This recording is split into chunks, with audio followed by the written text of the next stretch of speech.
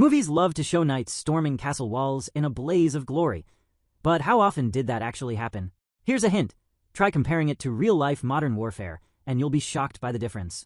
In the next few minutes, we'll smash the top 5 myths about medieval sieges and put your assumptions to the test. Can you guess which siege lasted longer than most modern wars? Take our audience poll and see if your friends get it right. Let's talk about medieval siege weapons, the stuff of movie legends. If you've ever seen a catapult or a trebuchet launch a massive boulder right into a castle wall, you probably expect those stones to smash through it like a wrecking ball in a demolition video. In the movies, you get a few fierce shots, maybe some flames for extra effect, and down crumbles the stronghold. It looks cinematic. It looks satisfying. But if you could hop in a time machine and watch a real medieval siege, you'd probably end up disappointed by just how little was actually destroyed. The first thing you need to know is that medieval stone walls weren't just oversized garden fences. These things were engineered for serious punishment. Builders designed them with thick, multi-layered stone, sometimes stuffed with rubble in between, almost like a medieval sandwich, just to make them heavier and better at soaking up hits. Think about it. A castle wall could be anywhere from 6 to as much as 30 feet thick at the base, tapering up as it went.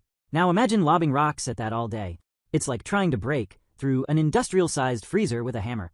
Even the biggest war engines, these so-called wonder machines, usually just nicked the surface. Trebuchets worked by using gravity and a long arm to launch heavy stones, sometimes weighing 200 pounds or more. Sounds impressive, right? Except when those boulders hit the wall, most of the time they chipped away some masonry, left a dent, or knocked off a decorative stone. The real challenge was momentum. The stones couldn't keep battering the same tiny spot. They'd hit, bounce, and roll away, and that giant, stubborn wall would keep standing there, refusing to collapse for the camera. When researchers looked at surviving castles across Europe, they found plenty of marks and pockmarks on walls. What you don't see is entire stretches knocked down in one go. Let's make this even clearer. Breaking through a real castle wall was less about one epic shot, and more about endless, backbreaking repetition. It meant flinging thousands of stones day and night, hoping that maybe, just maybe, a chunk would finally give way. During the actual sieges, this process could drag on for weeks. Sometimes it stretched into months, and everyday castle defenders were busy patching holes, reinforcing weak spots, and generally doing everything they could to keep the game going. Just look at the Siege of Kenilworth in 1266. This was one of the longest and most intense assaults in English history. 6 months.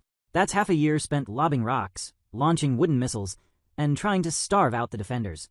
For most of that time, the walls held up so well that attackers grew completely demoralized. By the end, it was disease and hunger that made the defenders surrender, not the collapse of the stonework. Nobody was charging through a grand smoking breach. People just got tired, hungry, and sick of waiting. If you want a modern angle, picture a cruise missile targeting a building today. In minutes, there's nothing left but twisted rebar and dust.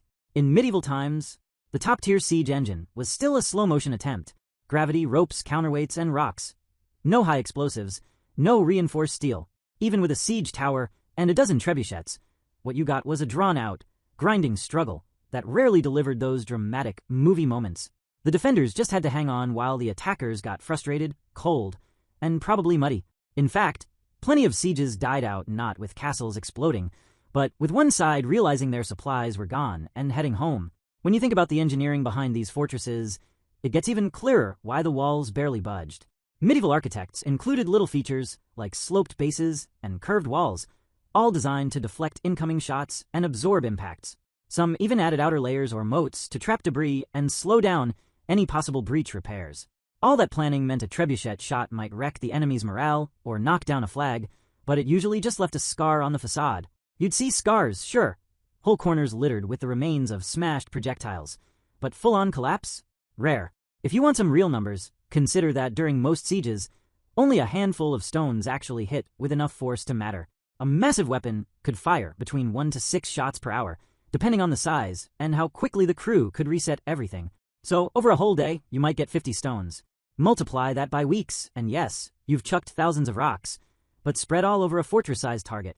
It's hardly focused firepower, and hitting the same soft spot twice in a row wasn't as easy as it looks on screen.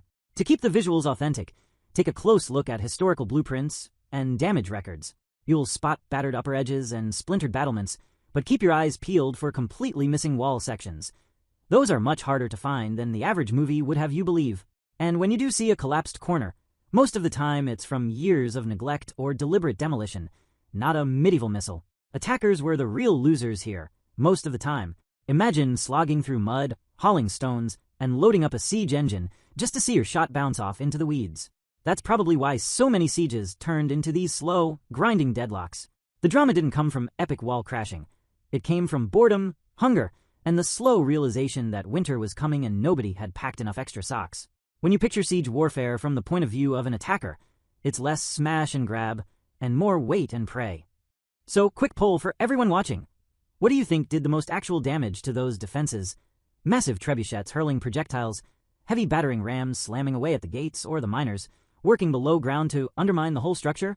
Vote in the comments, and don't just pick the coolest option. Think about what would actually work against a stone wall 20 feet thick. Now, here's your mini payoff, and the real reason why most defenders didn't quake in their chainmail every time a siege engine rolled up. The secret? Most of these war machines were more about psychological warfare than real destruction. They made terrifying sounds, flung smelly stuff, and kept defenders on edge. But in terms of actual stone-splitting action, you were better off with patience and a steady supply of food. Next time you see a trebuchet on screen, just remember, real-life sieges weren't won by dramatic demolition shots. If you wanted to take a castle, you needed grit, stubbornness, and a whole lot of time. If you've ever watched a medieval film, you know that the grand finale is almost always the final charge, the moment where the walls finally give way and you see a wave of knights with swords drawn, streaming through a massive breach as if nothing could possibly stop them. The music swells, the dust settles, and suddenly it's every man for himself in a massive sword fight. It looks so clean, so heroic. But here's what high school textbooks and most movies don't bother pointing out. In real life, this kind of epic storming was more like the rare bonus scene, not the main event. Picture the movie moment for a second. The walls explode, a huge gap opens up, and the army pours in, except let's hit pause and think about what that really meant inside a real medieval siege. When an attacking army actually managed to knock a hole in the wall, the first thing they'd see wasn't some smooth, open pathway. It was a massive heap of broken stone, shattered wood, and dust everywhere. Let's be honest, you'd probably sprain your ankle before you even got near the defenders, and that's before the arrows started raining down. If you were one of those knights leading the charge, you'd be stumbling, climbing, and tripping over rubble, all while defenders used every dirty trick to pick you off one by one, swords flying everywhere, only if you made it through the absolute worst obstacle course in history. And think about the defenders for a second. They didn't just sit and wait behind the original wall. Real-life records show they were masters at quick fixes and clever tricks. You wouldn't believe how often defenders built extra walls right behind the first set, backup plans for when that epic breach finally did crack open. So, if attackers did succeed in making a hole, they'd be funneled straight into a trap. Behind that breach, a second wall waited, turning all those helmet-wearing heroes into easy targets. Picture dozens of guys tripping over rubble, jammed up in a space barely wide enough for a wagon, and the defenders dropping rocks, shooting arrows, and just generally making things miserable. Imagine you had to play a game of paintball, except the entrances were full of broken furniture, and your enemies were above you, tossing bricks. That's about as far from the movies as you can get. But here's a detail most movie fans never even hear about. It was incredibly rare for a siege to end this way. Out of dozens and dozens of real documented sieges, less than 20% actually wrapped up with storming the breach. Most of the time, the games ended with a handshake or a written agreement, not a last-minute heroic charge. Surrender was far more common, usually because defenders realized they were out of food, out of hope, or just plain sick of the smell in the castle. Imagine an entire army today trying to squeeze through a single doorway with bullets flying from above, instead of plenty of entrances and modern body armor. The odds are not in your favor. Even if a breach was made, attackers faced more than just rocks and arrows. They had physical challenges that belong in an obstacle course show. The reports talk about bodies piling up at choke points, with soldiers struggling to even reach the defenders alive. Sometimes, a siege would go down in history because the attackers managed to cross, but you didn't hear about the dozens it took just to clear away the broken stones and tangled debris. In fact, the job was so brutal that Richard the Lionheart, yes, the famous Crusader king, once paid his soldiers extra just to clear the rubble, so his troops even had a hope of reaching the next line of defense. If clearing a pile of rocks needs a cash prize, you know it wasn't just a quick, dramatic dash for glory. It gets even wilder when you picture what those choke points looked like. Defenders used every trick they could think of. Narrow spaces, murder holes in overhead ceilings, secret doors for ambushes, and lines of archers ready to pick you off. Some castles even had curving passages behind their breaches, forcing attackers to turn their backs or bunch up around corners where weapons could easily reach them. Getting through a breach was like walking into a blender with a suit of armor for protection. Statistically, it was a losing game almost every time. Now, you might be picturing cinematic battle scenes with heroic music, but the truth looked, and smelled, a lot different. Think exhaustion, dust, the cries of injured soldiers, and a total lack of room to swing your sword. In most sieges, the real action was less about the clash and more about waiting. Weeks went by with everyone just staring at each other across the rubble, each side hoping someone else would give up first. The armies outside often felt just as stuck as the ones inside. You hear about swords and shields, but nobody talks about the mud, hunger, or pure boredom that actually wore down soldiers faster than any blade could. So, which job would you pick if you had to take sides?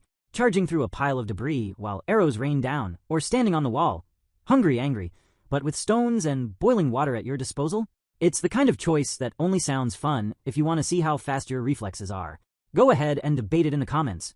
Was it braver to make the run into a wall of chaos, or to stand your ground, knowing you might be the last line of defense between your people and a mob of desperate attackers?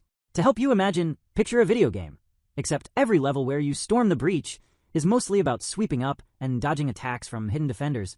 It's a different vibe than the movies, that's for sure.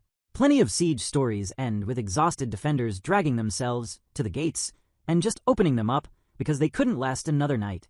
Sometimes the knight in shining armor never even got a chance to show off. So what was the real drama in a medieval siege?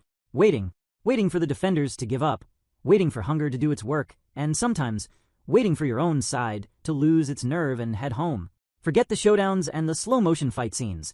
Real sieges were battles of patience, stubbornness, and endurance. Most castles weren't taken by sword, but by sapping spirits with long, drawn-out pressure and the misery that came with it. Animated scenes may make you believe that the breach was the highlight, with attackers dodging arrows while sprinting ninja-style across the rubble. But if you drop yourself into the actual situation, you'd see hesitation, bottlenecks, casualties mounting right at the entrance, and commanders realizing that this must-win push was turning into a disaster. The attacking forces lined up for their big moment often found out too late that what waited on the other side of the wall wasn't an easy victory, but a team of determined defenders with better odds than the movies ever let on. That's the reality most medieval soldiers faced. Months of mind-numbing tension followed by maybe 30 seconds of chaos, and then usually a whole lot of regret. So next time a film gives you the heroic last charge, just remember, film directors love a big fight, but medieval commanders, they prayed it would never come to that. Give me the waiting game any day if it means I don't have to crawl through a pile of broken stone while arrows point at my helmet. And with those piles of rubble outshining even the toughest knights, the most important talent in a siege might have been patience, not sword skills. So, you've seen the scenes where rows of perfect tents flutter in the breeze, flags everywhere, and soldiers eating off silver plates. The medieval siege camp, according to almost every big blockbuster, is basically a pop-up kingdom, with everyone from knights to foot soldiers lounging in their own private tents and snacking on roast beef. Now, let's fast forward to what camp life actually looked like when the cameras weren't rolling. Here's a reality check. For most medieval soldiers, the only thing luxurious about a siege camp was the size of the mud puddles. First off, there were hardly any tent cities outside of the biggest royal entourages. Most regular troops didn't have fancy fabrics or even canvas shelters to sleep under. What they ended up with were makeshift lean-tos, holes dug into muddy fields, or half-finished shelters made out of whatever wood and scraps they could find. Imagine hundreds of grown men spreading soggy cloaks on the ground, cramming themselves under tiny branches, or just lying down in the open. Rain, snow, sun, or freezing wind didn't matter. Forget designated sleeping spots or room service. If it rained, which it often did, you slept wet, woke up wetter, and probably started the day in a slightly different mud hole than you ended the night before. The idea that every soldier ended their day by collapsing into a personal tent with hot stew and a tankard of ale is pure fiction. For the vast majority, dinner meant biting into dry bread, if you had any, and gulping down water that came straight from the nearest river or swamp. It was pretty much a gamble, whether the water made you feel human or left you sprinting outside every hour. Think of eating as a challenge rather than something to look forward to. Getting a hot meal was special enough that people bragged about it later. In movies, you always see those soldier feasts. Everyone passes around turkey legs, there's laughter and music, and morale is sky high. The real thing was the medieval version of guess what's for dinner? It's bread. Again, the lack of supplies hit everyone. Carts meant for food and gear broke down in the mud, pack animals died, foraging parties risked ambush, and nobody was dropping off late-night takeout. Instead of banquets, imagine lots of people gnawing on stale bread, praying it wasn't moldy, and washing it down with cold, questionable water. If they were lucky, maybe some old cheese or dried beans. Anything else was a rare luxury. Then, there's the other issue you won't see on film. Actual soldiers crowding together in the mud, coughing, sneezing, and sharing whatever illnesses they carried from home. Disease was everywhere. Catching something nasty was almost guaranteed, and most soldiers who died during a siege didn't meet their end in heroic combat. They never got near the enemies at all. If there was one killer in medieval siege camps, it wasn't arrows or swords. It was sickness, and nothing took troops out faster than dysentery. Dysentery sounds old-fashioned, but basically it's the fastest way for your camp to become a disaster zone. Water sources quickly turned into rivers of misery, and the smell? That's something even the toughest knights never got used to. Want proof? Take the siege of Amo in 1422. Out of all the dangers that could have wiped out the English army, it was infection and disease that did the most damage. That year, more than 6% of the attacking force died of illness. That's higher than most modern military campaigns, and it happened without a single enemy arrow being fired in their direction. Think about that for a second. If you had lined the whole army up and let them fight every day, you still wouldn't have lost as many troops as the latrines did in one season. People talk about the bravery required to storm walls, but the real gamble was trying to survive another day in the camp, hoping the guy next to you didn't sneeze in your direction. Now let's talk supplies. Food wasn't just bland and boring, it was always in short supply. Armies relied on long lines of carts crawling toward the front, but if the route got cut off or the local farmers hid their grain, everyone went hungry. It was common for soldiers to go days without anything resembling a meal. There weren't enough animals to go around, and foraging trips outside the safety of camp could end in disaster. Instead of roasted meats and fruit, you got whatever you could scavenge, roots, weeds, or if you were really unlucky, nothing at all. Banquets? Try surviving 3 days with only dry bread and muddy water, and see how festive you feel. How did soldiers cope without anything close to what modern militaries have? Today's troops have MREs, those packaged meals designed to survive a nuclear winter, and trained medical teams everywhere. Modern logistics can deliver breakfast by helicopter and send doctors with real medicine to the front lines. Medieval soldiers had to wing it. If someone got hurt or sick, treatment was improvised. Maybe an old cloth tied around the wound, or some mystery herbs from a local healer. Most people hoped for a quick recovery, but half the time, even a simple cut could become a one-way ticket out of the camp permanently. Visualize what these camps actually looked like. Not rows of crisp tents and proud banners, but shantytowns made from scavenged wood, garbage pits in every corner, and smoky fires surrounded by tired, hungry men. People jostled for space in crowded shelters, constantly wet and cold, with smells that promised you wouldn't want to breathe through your nose. Close your eyes, and you can almost hear the coughs, the bickering about rations, and the never-ending shuffle to the latrines.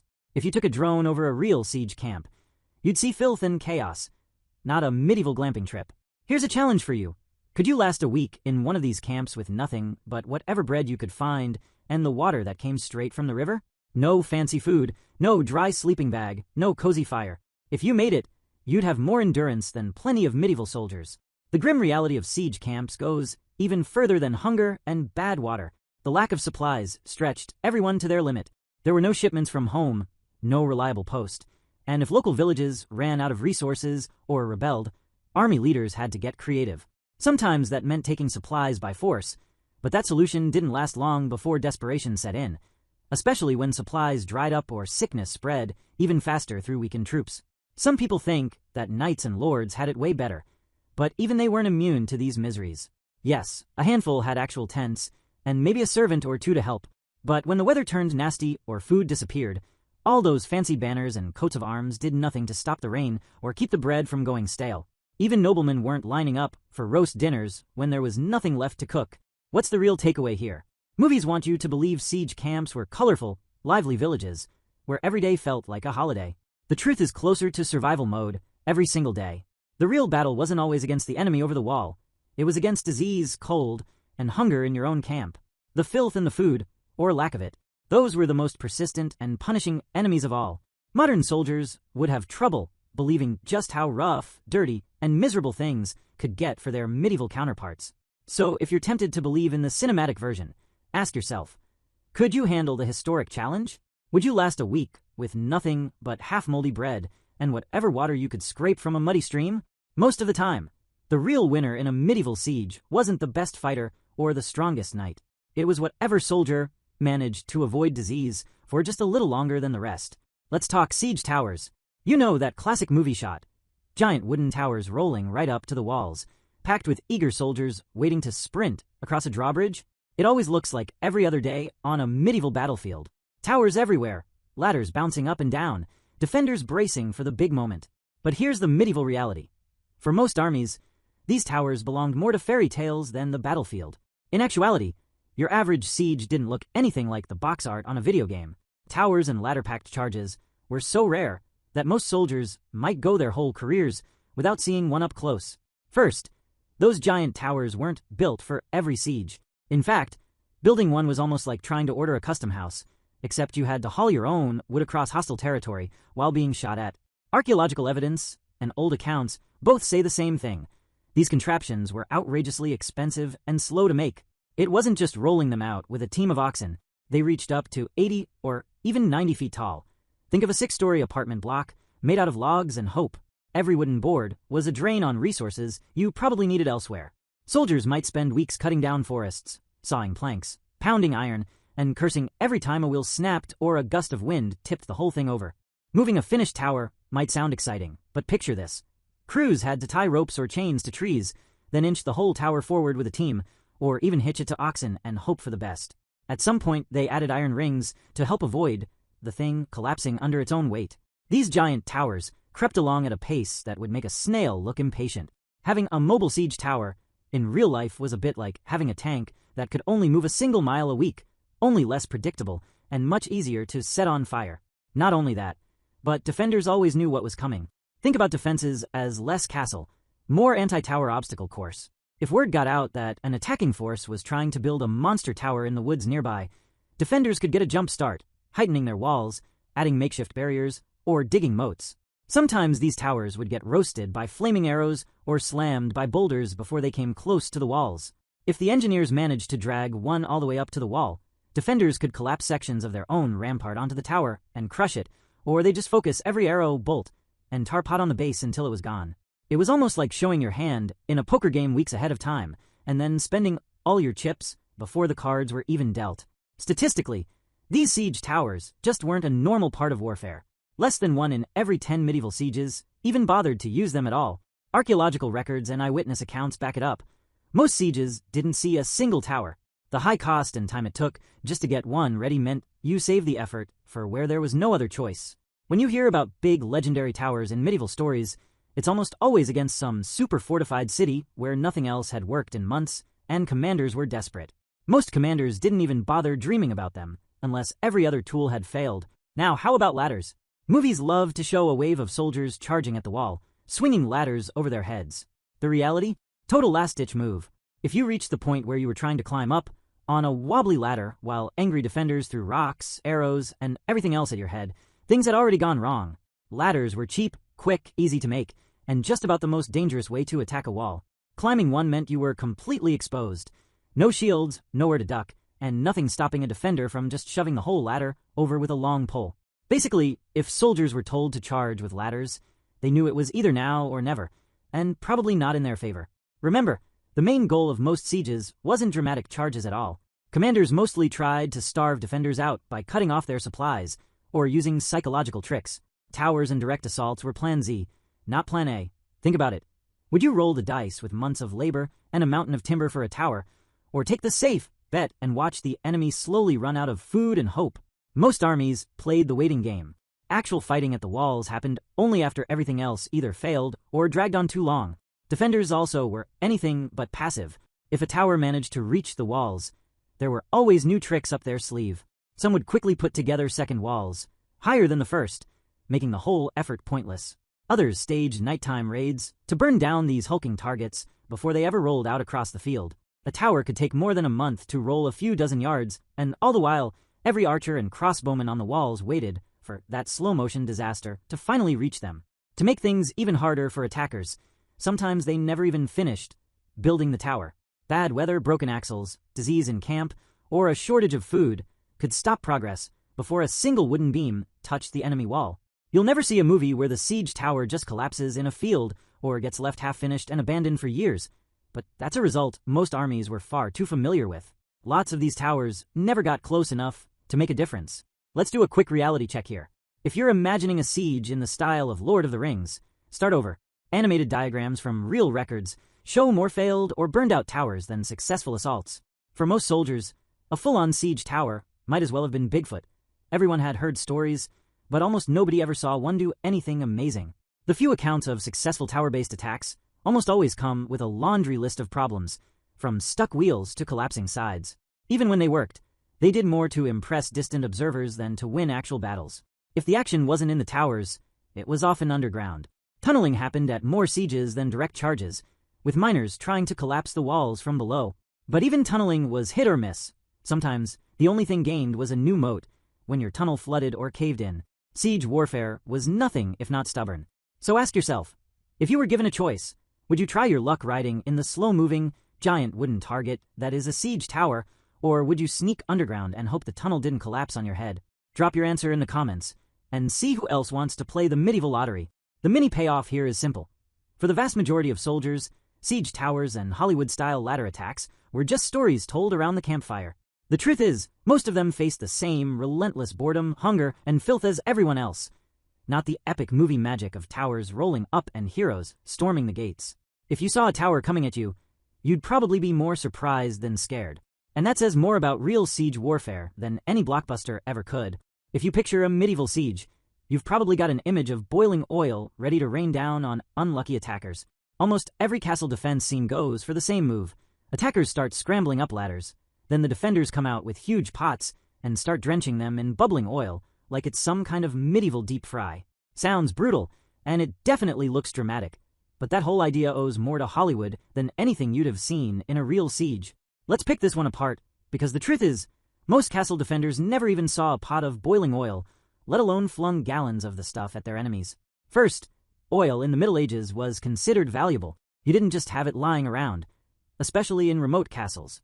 It took a lot to get your hands on enough oil to cook with, let alone use as a weapon. It was used in lamps, in cooking, and sometimes for trade.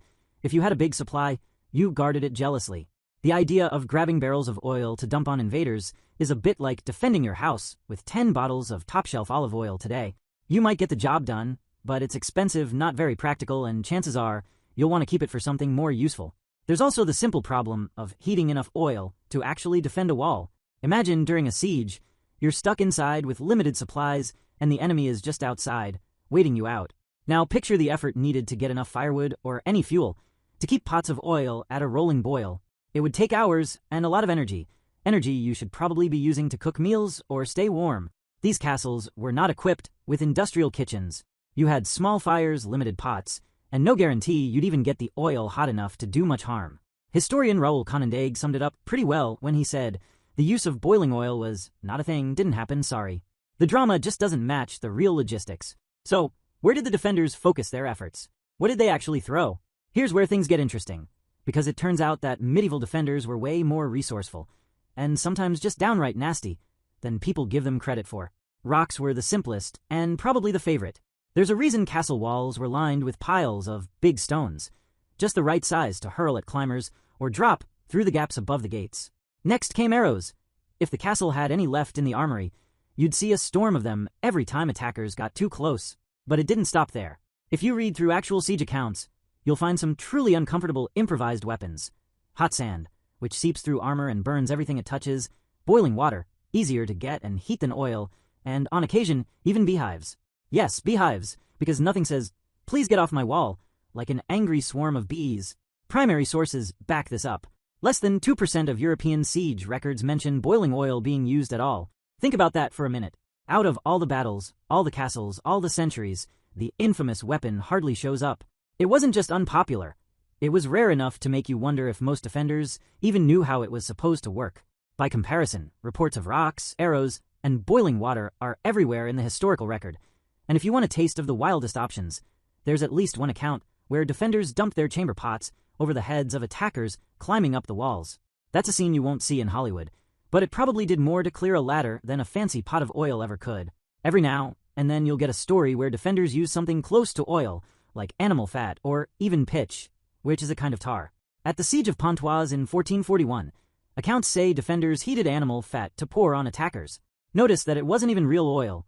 It was the stuff left over from butchering animals, something much more likely to be found in a besieged kitchen than a stockpile of precious olive oil. Even then, these moments were the exception, not the rule.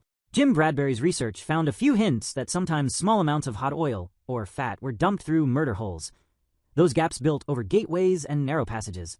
But these were usually small-scale actions, nowhere near the movie version of a giant cauldron bubbling over every section of the wall. If you think about defending your house today, using something as risky and valuable as gasoline doesn't sound like the best plan. It might work, but you risk setting your own home on fire.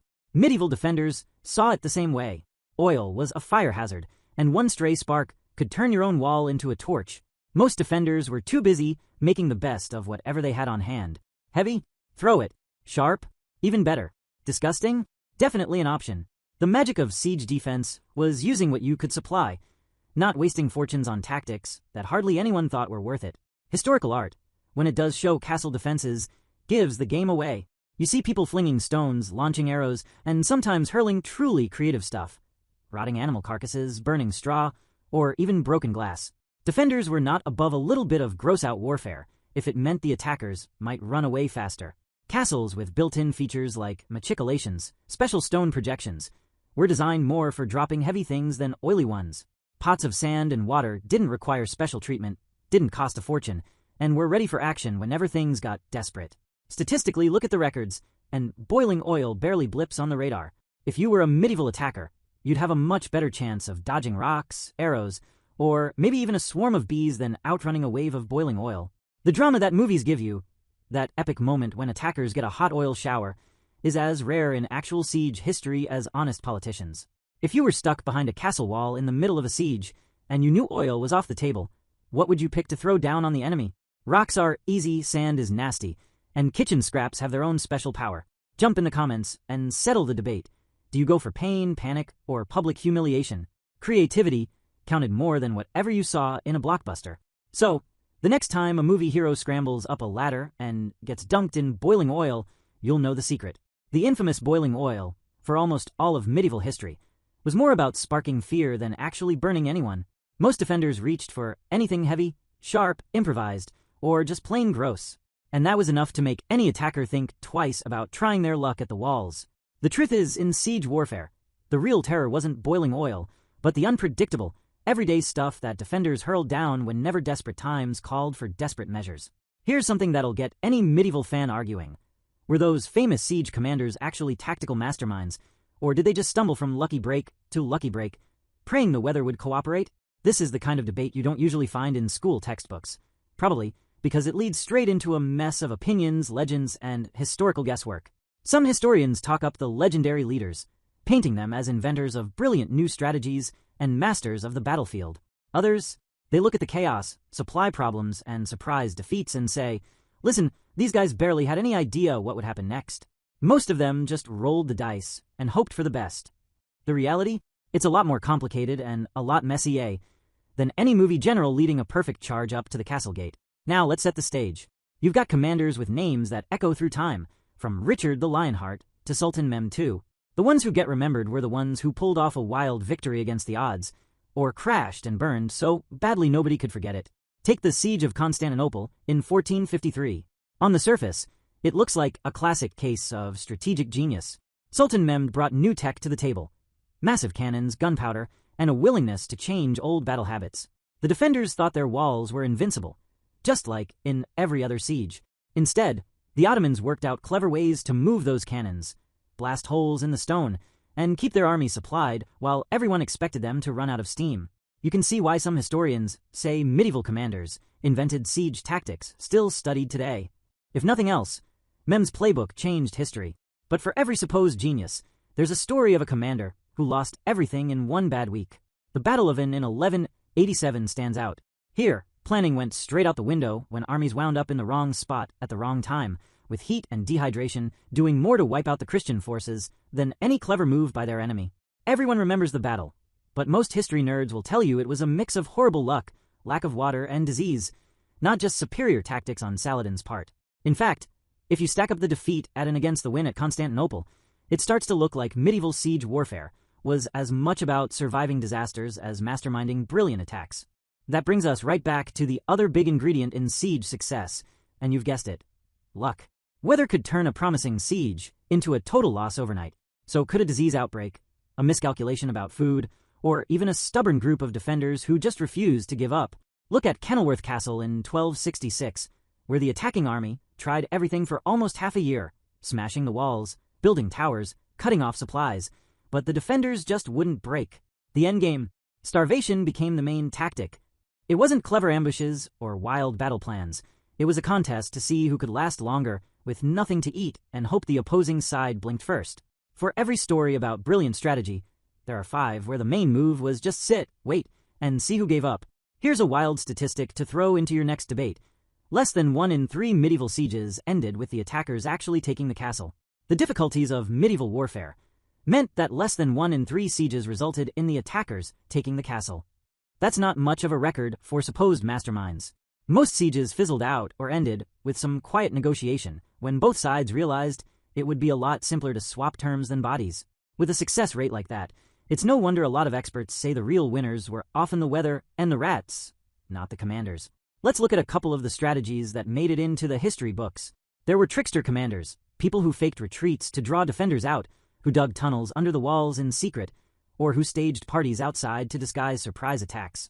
Some went for pure muscle, battering the walls with everything they had until they nearly ran out of rocks.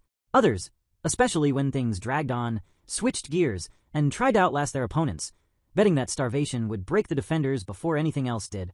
At Constantinople, the Ottomans combined old-school endurance with the kind of game-changing gunpowder weapons that nobody had seen in action on that scale. In plenty of cases, though, even the smartest tactic could blow up in the commander's face if, say, a thunderstorm flooded the mines or a plague hit the camp.